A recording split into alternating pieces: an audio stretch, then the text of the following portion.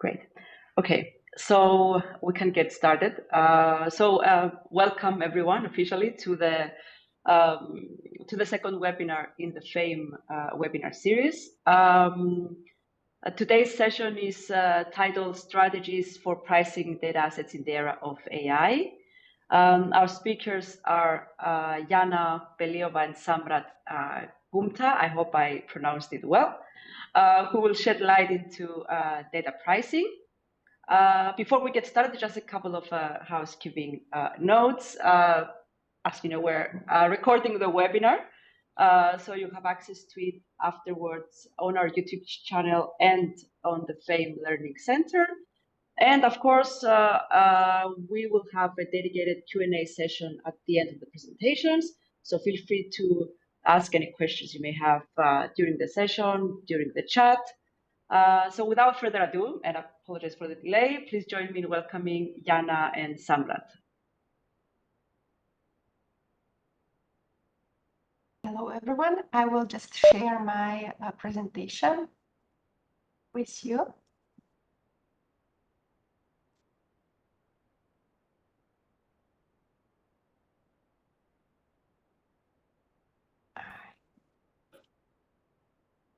I hope everything is okay and you can see my presentation. Okay, yes. Thank you very much.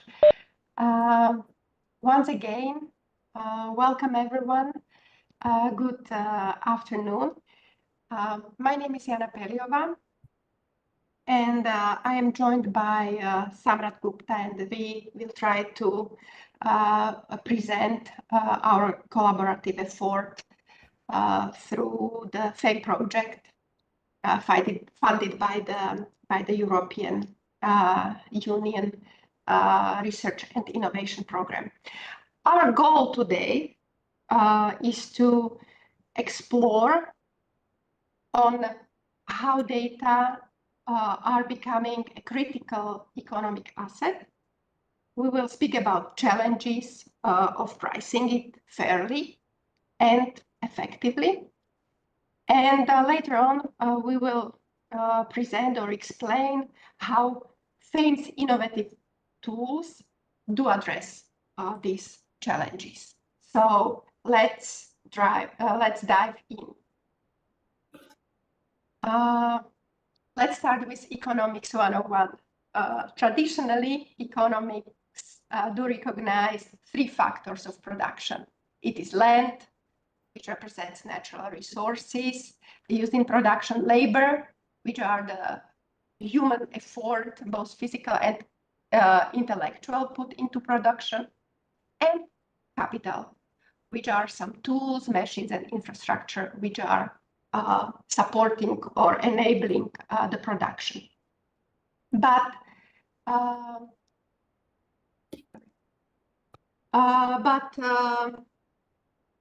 data is now emerging very often as a fourth factor, which is very unique because it is non-rival in consumption.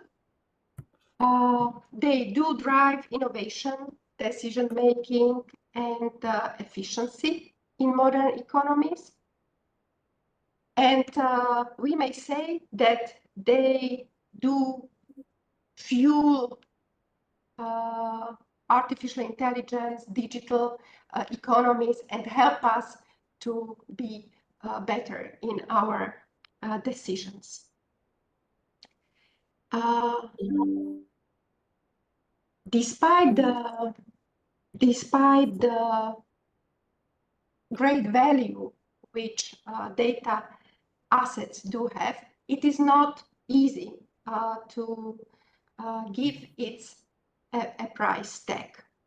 And this is a complex problem due to several challenges.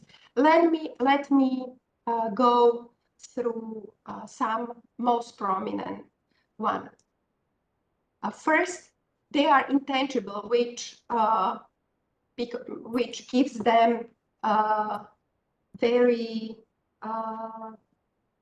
hard, which makes them very hard to be valued because their value is very subjective. Okay, they do. This is maybe the first and very prominent problem when it comes to, in general, to pricing data assets. Second, they are not rival in consumption, which means that multiple users can consume assets without diminishing the total amount of assets to be consumed. And this is, of course, kind of disruption to the traditional pricing mechanism, which is focused on marginal cost pricing. In the case of data assets and this non-rival character of consumption, we may say that marginal cost is close to zero. Okay, so it is kind of not very useful for us for formulation of the value and price of the given asset. The third issue is their very dynamic nature. We can see very rapid innovations, and data do become obsolete quickly as new innovations progresses, and it is much faster than when it comes to physical goods or services. This brings us to the core problem, which is the valuation question. Determining the economic value of data depends on its utility, demand, and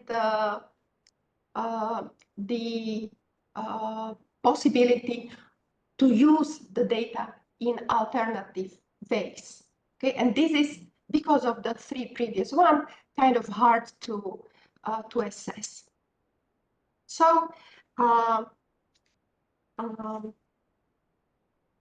this means that the conventional approach to creation of pricing models are not adequate in this case, and we need to look for some other more innovative solutions. There are several strategies we could depict and which are also used on the market. And of course, the list of the pricing strategy is not full in this case. These are just a few examples, probably the most prominent ones.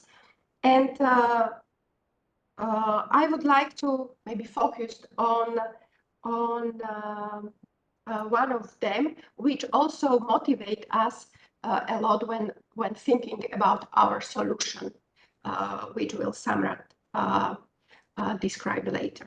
And it is value-based pricing. This strategy sets prices based on the perceived values to the customer. It is very common in B2B data services, where data's direct impact on customer outcomes is clear and identified. And there are several companies which do use this approach. To name a few, SAP and Nielsen, they price their services based on the measurable benefits their customers can derive. And there may be different benefits like improved business intelligence or decision making, for instance. Okay, so this is one of the pricing strategy which is trying to create a price which is non-zero. Let me show you one more, which is more, let's say, alternative way of pricing the data asset, and it may be advertising monetization, which is a very different approach. In this case, or this strategy involves offering services for free while monetizing user engagement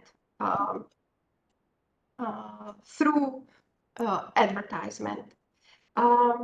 It is very often used in situation when there is direct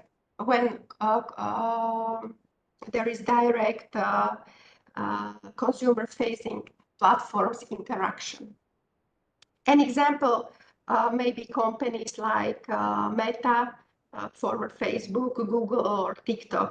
They do collect huge amounts of user data, and they do sell targeted ad placement, and they do generate revenues by later on generating the user by leveraging their user behavior insights. So these are just a few examples of pricing strategy. Of course, for because of the dynamic sort of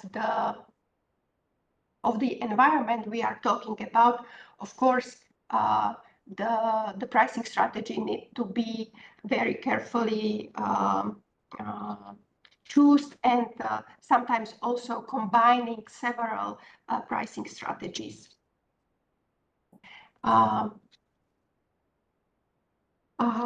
When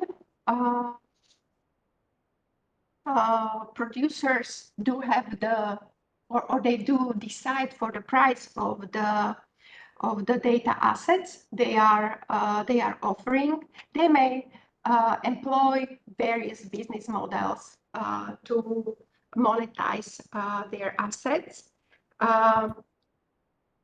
Every data producers is looking for a business model which will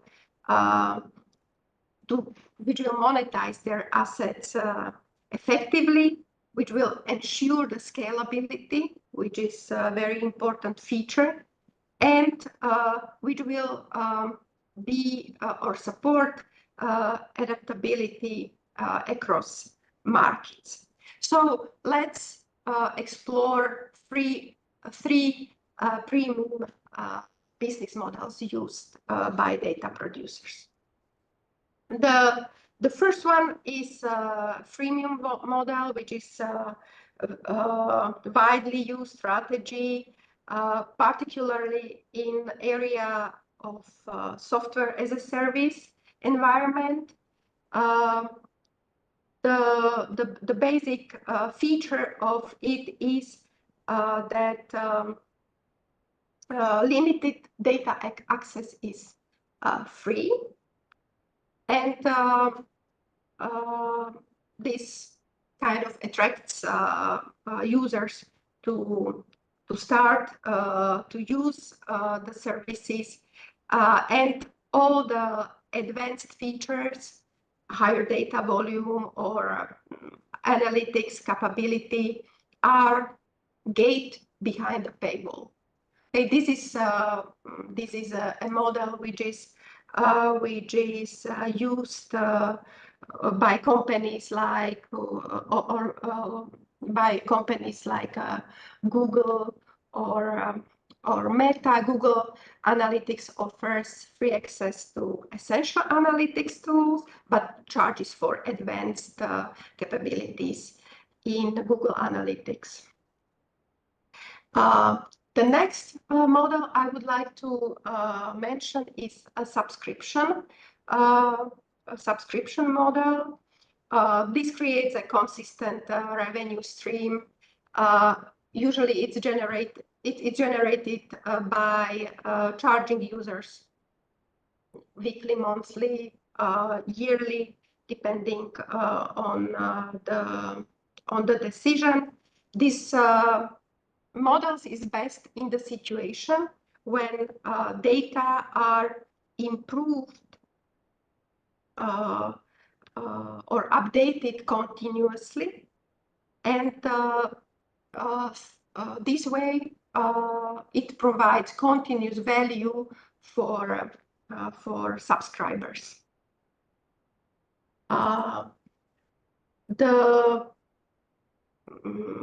It is used by Microsoft Azure or Amazon Web Services. They do charging businesses some fees for access to cloud-based data, for instance, and this is how they do create their revenues. What is also good, and I have to mention, is that that subscription does help providers to maintain kind of predictable income, but also it does offer those consumers or customers to budget for future needs of data. So this is what I want to mention as well. The third business model I will mention today is usage-based pricing. Customers, they do pay according to how much data they consume. It is quite often measured by data volume or API calls or transactions made.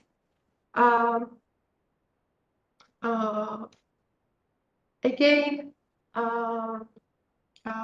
there are several companies which do use this type of pricing. It is particularly effective for industries with unpredictable or kind of seasonal demand. Very, very useful for the area we would like to approach, such as fintech or media.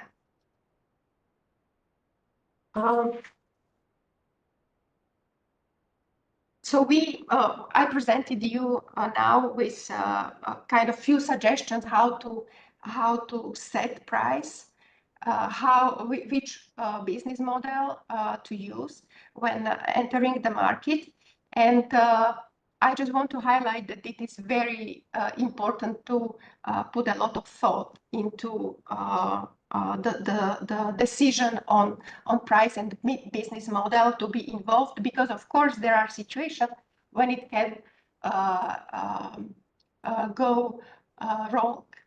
Let me give you a few examples when this was the importance of this decision was underestimated. The first one I will mention, there are plenty of successful stories and even more unsuccessful, so I will pick just two of them for you today. The first I want to mention is Disney Plus Hotstar, based in India. In this situation, Disney Plus and Hotstar lost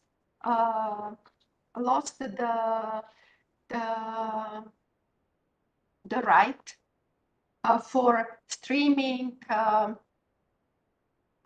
the streaming Indian Premier League cricket matches. And before this loss, Disney Plus and Hotstar was kind of most prominent streaming platform in India. This loss of the streaming rights was not considered seriously enough. It did not reflect in the adjustments of the pricing strategy of the company. So the most premier content of the channel was lost, and the price for subscription was not changed. So this underestimation led to significant drop in subscribers. And of course, the revenue of the channel in market. So they lost the rights to another streaming company, which was streaming the matches. And this loss was hijacked by other streaming services like Netflix, for instance. And Disney lost its premier significant position in India. So it is kind of hard to recover after this situation. So the lesson we should learn from this example is that pricing strategies must reflect a perceived value of the content being offered. Because of that intangible nature of the asset, we have to try to understand the preferences of our customers. The second case I would like to share with you is another example from ex-API.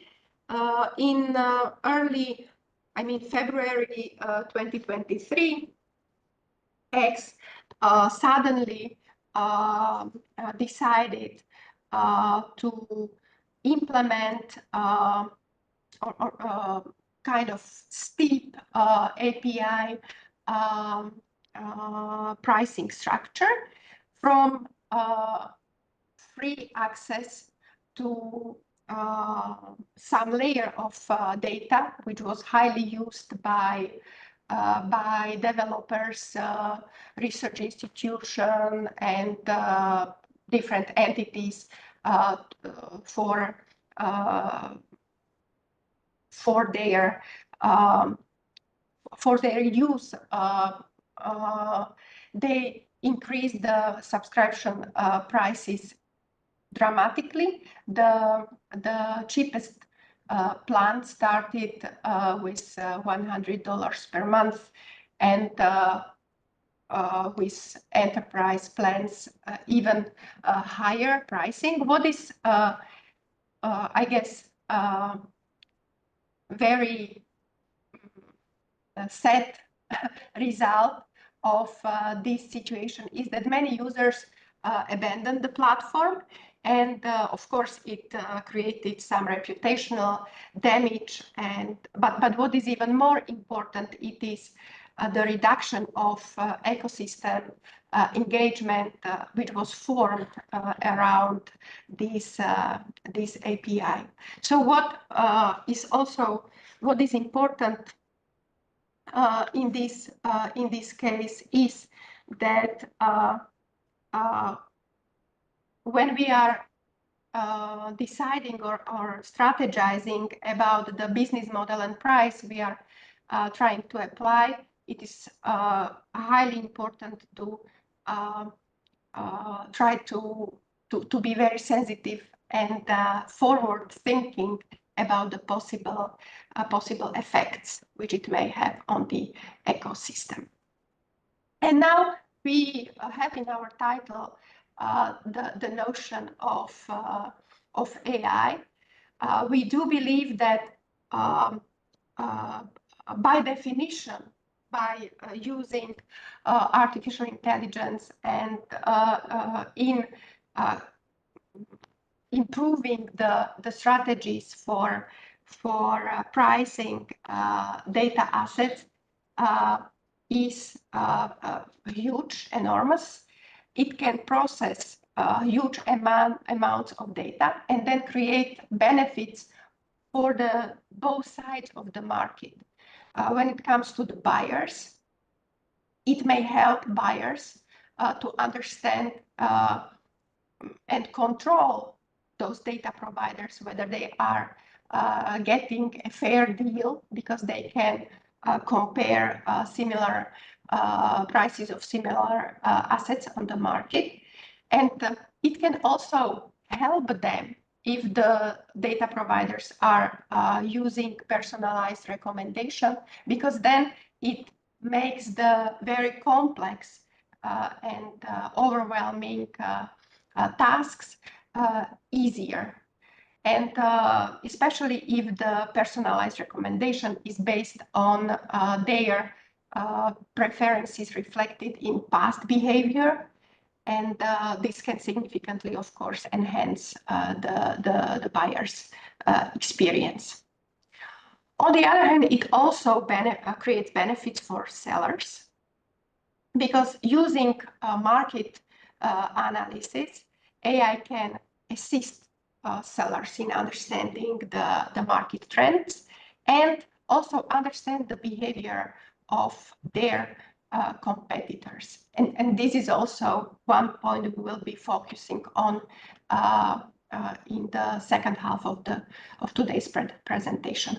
And of course, the last but not least, a huge benefit for sellers is to adjust prices dynamically to the interest which is given to the asset they are proposing or they are providing, and they can adjust the price based on demand, user engagement, or really fast adapt to the market trends. So these are the challenges which data asset providers are facing, and now FAME as a project wants to tackle several of them.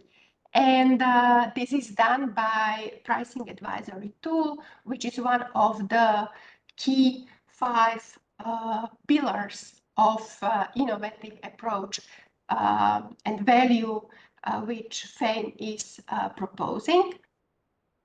And as you will learn later today, we are implementing data-driven pricing advisory. This is packed into pricing advisory tool, which is leveraging on issuer provided data, stakeholder survey or questionnaire responses, as well as historical pricing realizations. And this helps to assess the data's unique value. It does suggest the price, which is still just a recommendation, because the final decision on the price, of course, is in the hands of data provider. And in form of, in the aim, or with the aim to create or to provide more information to data providers, it does also offers information on similar data assets. So just to summarize my first half and my 1 cent, I just want to highlight that we have to consider data to be a new force, additional factor of production. It is reshaping the landscape of economies. Pricing data is extremely challenging, and it couldn't be kind of inputted into one short seminar or webinar. What is really important is that AI may increase the quality of the price setting, and can help us to understand better the value of the data. And how do we approach this in FAME? This will be the topic for my co-worker, Samrat. Samrat, the floor is yours now. Thank you for. Yeah, thank you very much, Jana. So I'll now continue on what you have been presenting. So if you can allow me to share my screen, Yes. Jana, yeah. Yes, give me a second. It doesn't want to work. So, okay. So Yeah. here you So come. yeah.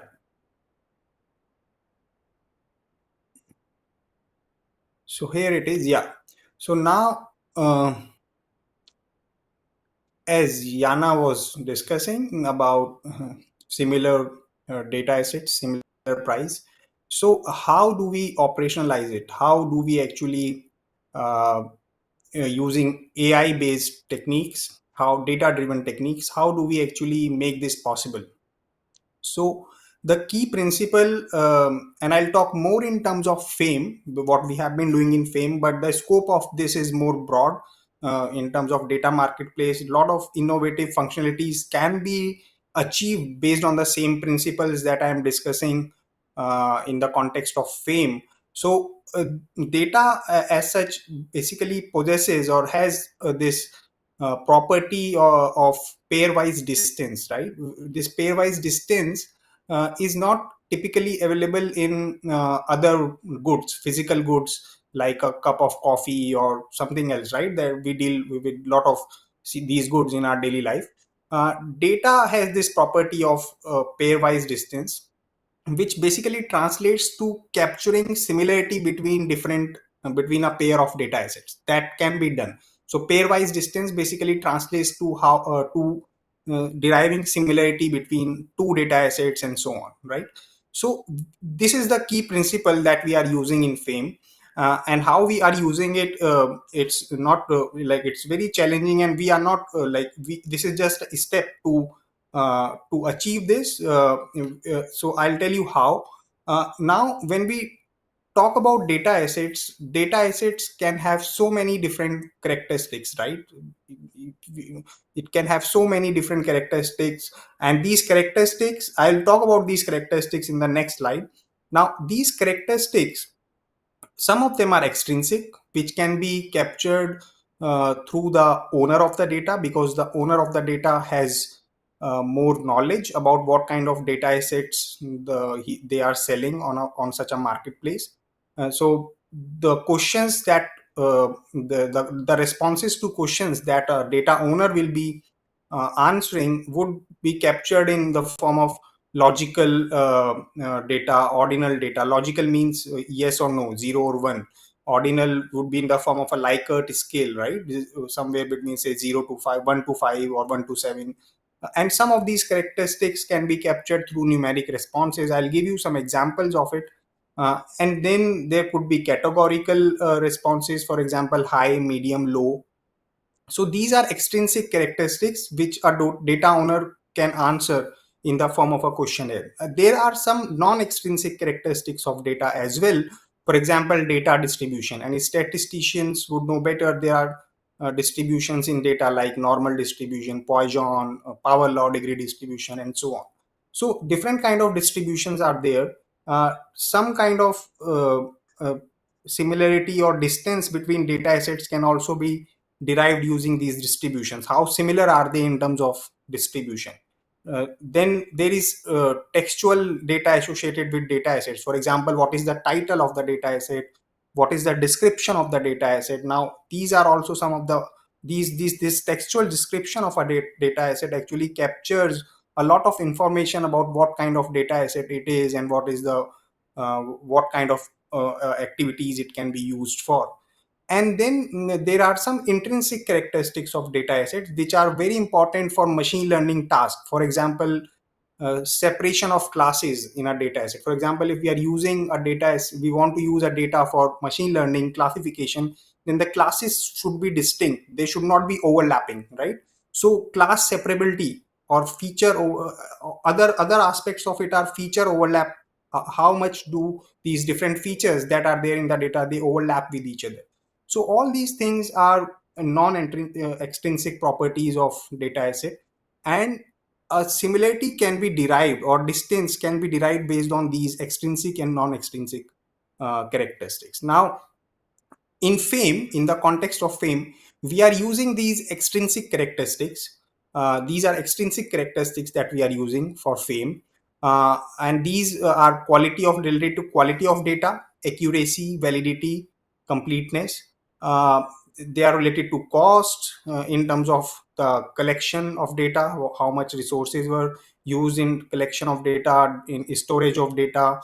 What is the estimated cost for the customer in terms of, this would be more on the customer side, what value customer sees in that data. So more in terms of the side of the customer, estimated cost for the customer, how unique the data is, and environmental sustainability. For example, to what extent renewable energy was used in creating these data assets.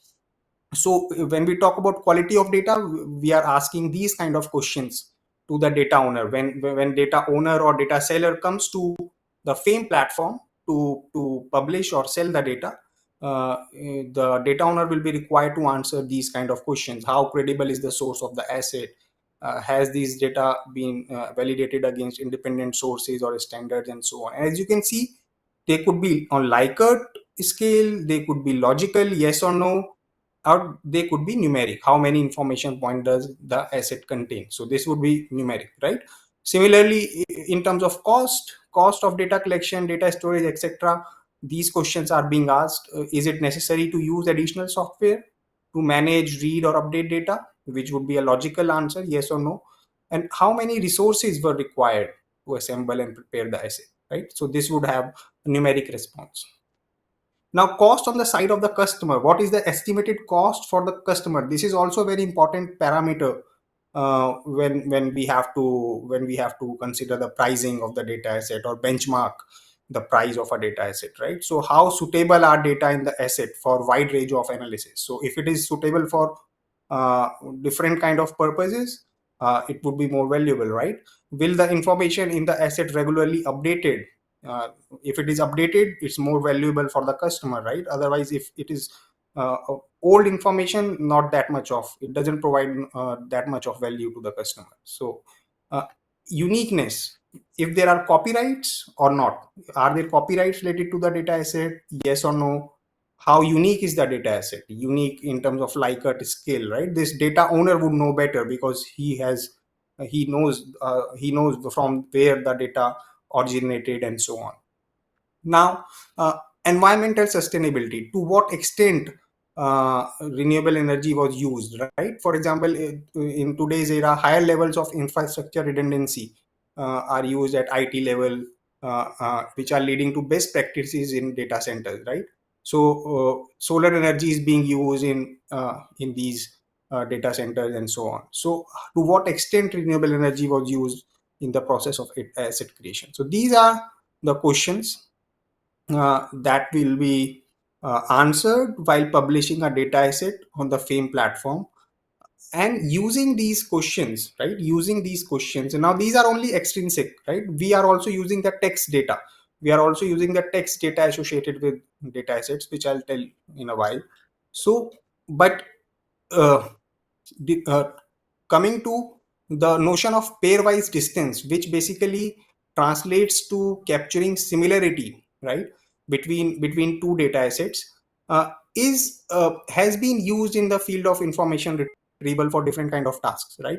But it operationalizing it in the context of pricing data assets, in the context of data marketplace, is not trivial. It is quite challenging because there could be so many aspects related to data assets, and whatever we do, we can't say that we have done everything to capture all the aspects of data assets, and uh, we can't be 100%, we can't do that with 100% accuracy, right? So we can only improve upon it, but can't achieve 100% success rate on that. So a similarity metric, designing a similarity metric for such a task is not trivial, because similarity metric also has some properties. So if we use these extrinsic characteristics and try to design a similarity metric, it has to satisfy some of these properties, right? All like these properties, the four properties that we see here should be met when we talk about similarity metric. For example, limited range, reflexivity, symmetric, right? and triangle inequality. I'll not go into the mathematics of it, but because these are quite intuitive, limited range means the value of similarity should be between 0 to 1. Reflexive is the similarity is only 1 when the data assets are equal to each other. Symmetric, uh, between two x and y will have same similarity as y and x, and so on, right? So these properties should be satisfied when we design a similarity metric, and that is what we are doing for fame. uh, we not only use this notion of similarity, we, as I said, we also capture the text similarity, right? We also try to use textual title and the description of the data assets to derive the similarity. And we are using, the whole process is basically a two-step approach. Okay, two-step approach for similarity assessment. So fame, this two-step approach basically is very effective for the federated data assets catalog of fame, because it supports focused asset comparisons. The first step uses SBERT, which is a sentence based bidirectional encoder representation from transformers. So we are using SBERT to extract textual data and compute the similarity based on the asset titles and descriptions. This step leverages semantic and contextual similarities in the asset metadata, and enables the formation of distinct clusters for further analysis, right? Because this is the first step. It enables the creation of distinct clusters which would be processed further using the similarity metric that I was discussing in the previous slide. So that's the first thing, that's the first step, where we use SBERT and the textual data associated with different data assets to create clusters of the data assets in the FDAC. In the Now this picture, this diagram would show it in a better way. So similarity measurement based on textual data, using SBERT groups different data assets into clusters, right? So these subcategories are made. Now we use these subcategories further and also use the extrinsic characteristics of the data asset that I mentioned previously. So in the second phase, it initiates a similarity analysis leveraging advanced algorithmic comparisons. So these, if you see this equation uses basically the logical characteristics, the ordinal characteristics, the numeric characteristics that we discussed in the previous slide, right? So the first part of it is generalization of Hamming distance, and the second and third part of it is a generalization of cosine similarity, and so on, right? So these things are used uh, in the second step. Now this is the overall scheme. This is the overall scheme that we are using uh, for matching different data assets in fame, right? So the first step is to compute or divide the data assets, group the data assets using SBERT into subcategories, and then employ the similarity analysis tool or the approach that I mentioned, using the different kind of responses uh, to uh, to finally uh, group the data asset, or find out which data assets have a price similar, which data assets are similar to the focal data asset, right? So this is something uh, that is the core of the pricing strategy in fame. uh, and now this is the overall picture. This is the overall picture where if you look at it, a data seller or provider will come to a data marketplace, fame, and will also answer some questions, because he or she wants to sell the data, will answer some questions related to the data, as we discussed in one of the slides, right? So this initial offering web page will then make a call to the pricing advisory tool, because we want to suggest a price for this data when the data asset is getting published, right? So so the SAT the SAT the similarity analysis tool will interact with the PAT database, because the PAT, the pricing advisory tool database, has historical transactions. It knows which data assets have been traded at what price historically, right? So similarity analysis tool will provide the similar assets to PAT database, and in turn it will receive the prices of those data assets which are similar to the focal data asset. So this is the whole scheme of things, and how the price will be advised or recommended to the seller on when the seller comes to sell a data on the FAME platform, right? So this is the overall picture. And because Jana has discussed a lot about the practical aspects, theoretical aspects of this, I like to conclude with this. So this particular quote is quite famous, right? It has been there for uh, almost a decade now. So data is a new oil of the internet and new currency of the digital world. So now, if it is a currency, how do we price it, right? That's the question, and that is what we are trying to do in FAME using these approaches. Because it's very important for organizations around the world which are trying to monetize their data, sell it, trying to find out the right price. So this is a step in that direction, where we are using data-driven uh, data-driven techniques, SBERT, similarity analysis tool, to actually find out, to actually benchmark, to actually compare different data assets, historical transactions, and so on, to recommend or advise a price for the focal data asset. I think I'll pause here and will look forward to the questions. Thank you both, Jana and Samrat, for the presentation. I couldn't agree more with the quote of the EU Commissioner. Yeah. So yes, do we have any questions, any comments for the presentations from participants?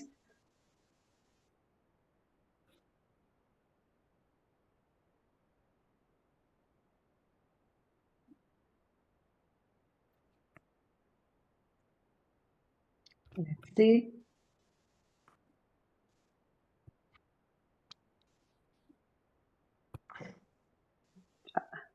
If I may, just to add one more, probably last sentence, really to conclude what we just presented. We do believe that this approach to advise on price is very unique, because there are several instances where you can actually trade data assets. But we do believe that through using this advisory tool, we can kind of anchor data providers to the actual value of the asset they are selling, and to make this work to be more fair in substance, because of course, as on all markets, there is a fair share of information asymmetry, but this is what is our 1 cent for the creation of a greater good. Totally agree. And I like that when you presented the real world examples and some of the use cases and the business models. And I was wondering while you were presenting it, which of the business models is like, do you think it's easier for a new organization to adopt, like the free business model, to start with the free and move to the other? It is very hard to answer this simple question with very simple answer, because it very much depends on the product you are trying to put on the market. You saw that several, like in the case that once you present something for free, it is kind of hard then to put later on the price tag on it. It may disencourage those consumers from the consumption of of the assets.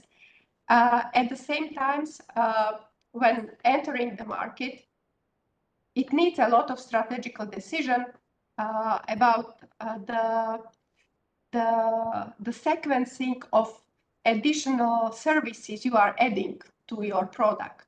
I mean, the decision how often will the data set be updated, what would be the extra services or the services you will provide to your customers. And depending on this, then you can also decide about the business model. If you have a clear strategy from the very beginning that you will in some segment, in some timely manners, increase the services, then it is good to start with freemium model and then to adapt some extra services to your customers and increase the prices. Yes, in that case, that would be the relevant business model to be applied. Okay, got it. Thank you very much. So do we have any questions or comments? If not, I would like to take this opportunity, of course, to thank Jana and Samrat for the presentation and invite everyone that you are attending to our next webinar that's taking place next week. I'm pasting the link here in our chat so you can register. Let's see. And the chat is not working, but that's okay. I will send it afterwards to everyone through email. So thank you everyone for attending, and Jana and Samrat for the presentation. Thank you all. Have a nice rest of the day. Thank you very much. Thank you very much. Have a good day. Have a good day. Bye.